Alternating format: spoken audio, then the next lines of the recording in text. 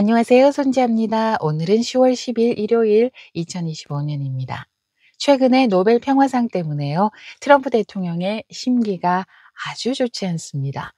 바락 오바마는 미국을 망치는 것 외에는 아무것도 안 했잖아. 그런데 노벨 평화상을 받았지 말이야.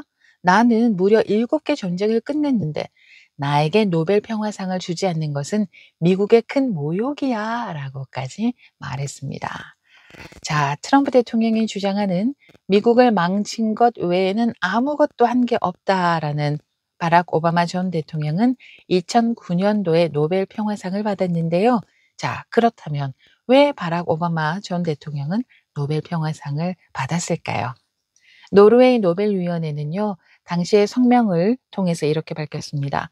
오바마 대통령이 국제 외교와 협력을 새롭게 강화하고, 자, 국제 외교 협력을 새롭게 강화했답니다. 핵무기 없는 세상을 향한 그의 비전이 국제 정치의 분위기를 근본적으로 변화시켰다. 이렇게 밝혔습니다. 그러니까 실제 정책의 성과가 있었다라기보다는 오바마 전 대통령의 지도력과 또 세계에 던진 희망의 메시지를 높이 평가한 건데요. 바락 오바마 전 대통령의 노벨 평화상 수상의 배경을 네 가지 정도로 정리를 한번 해보겠습니다. 자, 첫 번째는 핵무기 없는 세계 비전 제시입니다. 2009년 4월 5일 체코의 프라하에서 연설을 했는데요. 미국과 유럽연합의 정상회담이 있어서 그 회담에 참여하기 위해서 체코 프라하에 가서 정상회담에 참석하기 전에 핵무기 없는 세상에 대해서 연설을 했습니다. 또 핵 확산 방지 조약 NPT 체제를 더 강화해야 한다. 이렇게 주장을 했습니다. 자, 두 번째는요. 국제 협력과 외교의 복원을 매우 강조했습니다. 유엔이나 나토 여러 국제 기구들과의 관계 회복을 하려고 노력을 했는데요. 올해 트럼프 대통령이 유엔에서 연설을 하면서 유엔을 마구 깎아내리는 말을 했지 말입니다. 오바마 전 대통령의 행보와는 완전히 결이 다릅니다. 자, 세 번째는요. 이슬람 세계와의 관계 개선을 위해서 노력을 했습니다. 2009년 6월 4일에 이집트의 카이로 대학에서 연설을 했던 카이로 연설이 정말 유명하고요. 그리고 기사를 찾아보면은 많이 찾아볼 수가 있는데 매우 감동적인 연설이었다라는 평이 많습니다. 그 연설문에는 중동 전역의 여러분께 직접 말씀드립니다. 미국은 평화를 원합니다.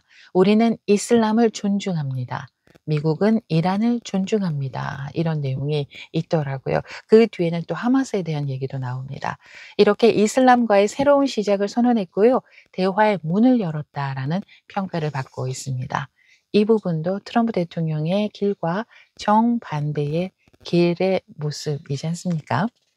자, 네 번째는요. 기후 변화와 인권 문제에 대해서 매우 적극적이었습니다. 기후 변화 대응에 국제적인 협력이 매우 필요하다라고 강조를 했습니다. 이 부분도 트럼프 대통령의 정책 방향과 완전히 반대 방향이지 않겠습니까? 트럼프 대통령은 지구 온난화는 가짜다. 거짓말이다. 이렇게 얘기를 하니까 말입니다. 그때 그 당시의 분위기는요. 미국에서 흑인 대통령이 태어났습니다. 흑인 대통령이 탄생을 했고요. 또 오바마 전 대통령의 정치 행로를 보면 화합, 뭐 존중, 함께하기 이런 메시지가 많이 엿보였지요. 그래서 오바마 대통령을 기점으로 해서 세계가 또 한 번 새로운 길로 접어들겠구나. 인류가 또 한 번 도약을 하겠구나. 이제 본격적인 평화와 화합의 시대가 되겠구나. 뭐 이런 생각이 많이 들었던 그때였습니다. 하지만 말입니다. 트럼프 대통령이 등장하고 코로나19를 겪으면서 분열 그리고 혐오라는 걸 겪게 됐습니다. 또 요즘에는 트럼프 대통령의 별로 호의적이지 않은 그런 주들의 여러 이유를 들어서 군대 뭐 방위군 보내고 있지 않습니까? 일단 군대가 나오면 평화하고는 거리가 좀 멀지 않겠습니까? 자, 여기서요. 오바마 전 대통령의 노벨 평화상 수상도 논란이 많아요. 왜냐하면은 오바마 전 대통령이 노벨 평화상을 받을 때 대통령에 취임한 지 1 년도 채 되지 않았고요. 이라크하고 아프가니스탄은 여전히 전쟁을 하고 있었고요. 그래서 실질적인 성과 때문에 노벨 평화상을 받았다라기보다는 기대감이 있어서 '기대감에 대한 상이다.' 이런 비판이 있었습니다. 오바마 전 대통령도요. "나는 이 상을 앞으로 내가 해야 할 일에 대한 격려라고 받아들인다."라고도 말을 했고요. "나는 노벨 평화상 수상자지만 내가 이끄는 나라는 여전히 전쟁을 하고 있고 이것은 상징이 아니라 숙제다." 이렇게 말하기도 했습니다. 자, 그러니까 오바마 전 대통령은 실제 평화를 실현했기보다는 평화에 대한 비전, 국제 협력의 새로운 방향을 제시했다라는 이런 상징성이 노벨 평화상 수상의 핵심 이유라고 할 수가 있겠습니다. 자, 그렇다면요. 오바마 전 대통령만 이런 이유로 노벨 평화상을 받았을까요? 아닙니다. 오바마 전 대통령 이전에도요. 구체적인 성과나 구체적인 실적이나 이런 것보다 평화에 대한 비전이나 또는 그 상징성 때문에 노벨 평화상을 받는 사례가 꽤나 있는데요. 자, 여기서 한번 짚고 가야 할 부분이 뭐냐면 노벨 평화상은 늘 결과를 중심으로 상을 주는 것은 아닙니다. 때로는 평화를 향해서 나아가는 방향성, 도덕적인 영향력, 국제 분위기의 변화도 중요하게 본다고 합니다. 자, 그렇다면 오바마 전 대통령 이전에 비전이나 상징성으로 인해서 노벨 평화상을 받은 대표적인 사례를 몇 가지 짚어 보겠습니다. 자, 1919 년에요. 우드로 윌슨 미국 대통령이 노벨 평화상을 받았습니다. 이건 비전을 제시했다라는 그 이유인데요. 1차 세계 대전이 끝난 다음에 우드로 윌슨 전 대통령이 국제 연맹을 만들자 이 내용을 제안을 했는데 이게 노벨 평화상을 받게 된 주요 배경입니다. 그리고 1920 년에 실제로 국제 연맹이 만들어졌고요. 스위스의 제네바에 본부까지 설치하게 됐습니다.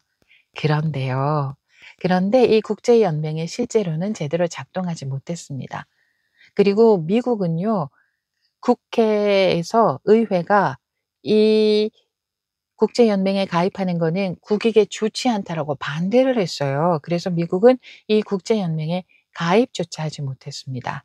자, 이렇게 국제 연맹을 창설하자 이런 제안도 하고 만들어지기도 했지만 현실적인 성과는 없었어요. 오히려 그 뒤에 여러 전쟁들이 있고 또 제2차 세계 대전까지 이어졌습니다. 이렇게 현실적으로 성과는 없었지만 국제 협력이라는 개념을 세운 도덕적인 지도자로 인정을 받았습니다. 자, 그다음에 두 번째는요. 헨리 키신저하고요. 레 득토 이 두 사람이 1973 년에 함께 공동으로 노벨 평화상 수상자로 선정이 됐는데 이 이유는 정치적인 상징성이 있었습니다. 이유는 베트남 전쟁을 끝내려는 파리 평화 협정을 체결했기 때문인데요. 파리 평화 협정을 할 때 레 득토는 북베트남의 평화 협상 대표로 참여를 했고 헨리 키신저는 미국 대표로 참여를 했습니다. 이 파리 평화 협정은 1973 년에 베트남 전쟁을 끝내기 위해서 미국과 북베트남, 남베트남이 맺은 협정을 말하는데요. 이 협정의 내용 가운데는 미국이 전쟁에서 철수하고 전쟁을 끝내는 것이었습니다. 그런데요. 미군이 철수했어요. 철수하고 나서도 전쟁이 계속됐고요. 급기야 1975 년에 사이공이 함락이 되면서 베트남 전쟁에 다시 뜨거운 불이 붙기 시작을 했습니다. 이 북베트남의 대표로 이 파리 평화 협정에 참여했던 레 득토라는 베트남의 지도자이자 협상가는요. "진정한 평화는 오지 않았다." 그러면서 노벨 평화상 수상을 아예 거부했어요. 그리고 헨리 키신저는 시상식에 참여하지 않았다고 하고요.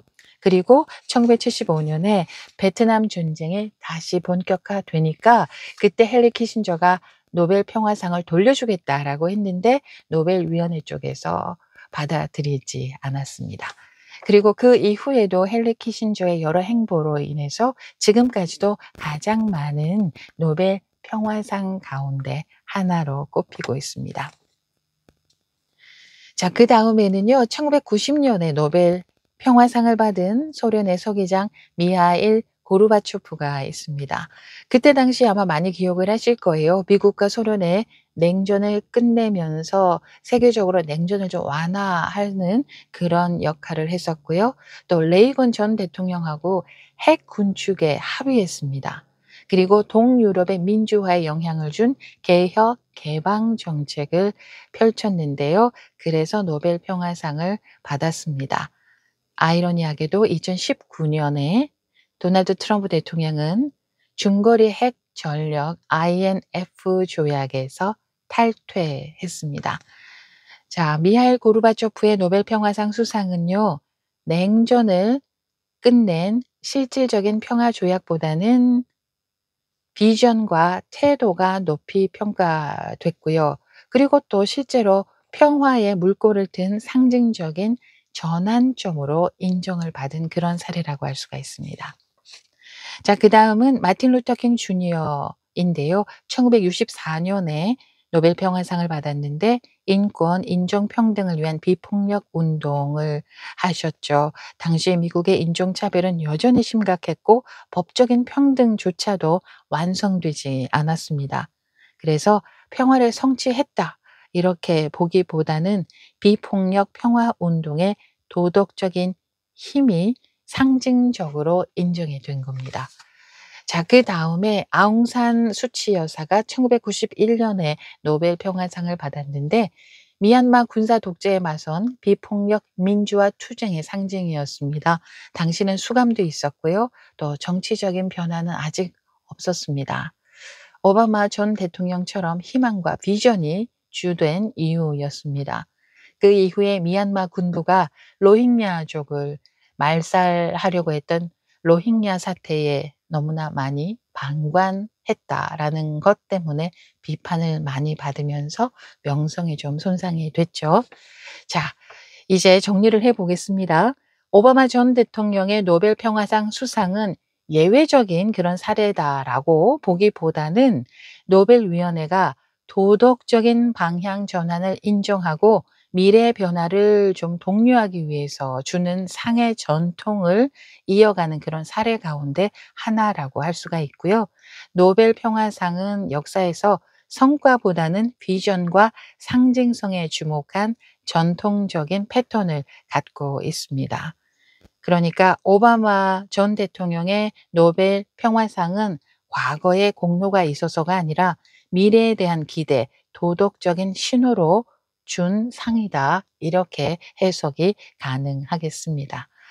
자, 어쨌거나 세계적인 평화가 한 사람의 힘으로 이루어지지는 않을 것입니다. 한 사람의 지도자가 혼자 해내는 게 아니라 혼자 해낼 수도 없고요. 결국은 세계 평화는 우리 모두가 함께 이뤄내야 하는 것이 그것이 세계 평화로 나아가야 되는 지름길이지 않을까 싶습니다. 세계 평화 언제쯤 이루어질까요? 오늘은 여기까지입니다. 고맙습니다. 안녕.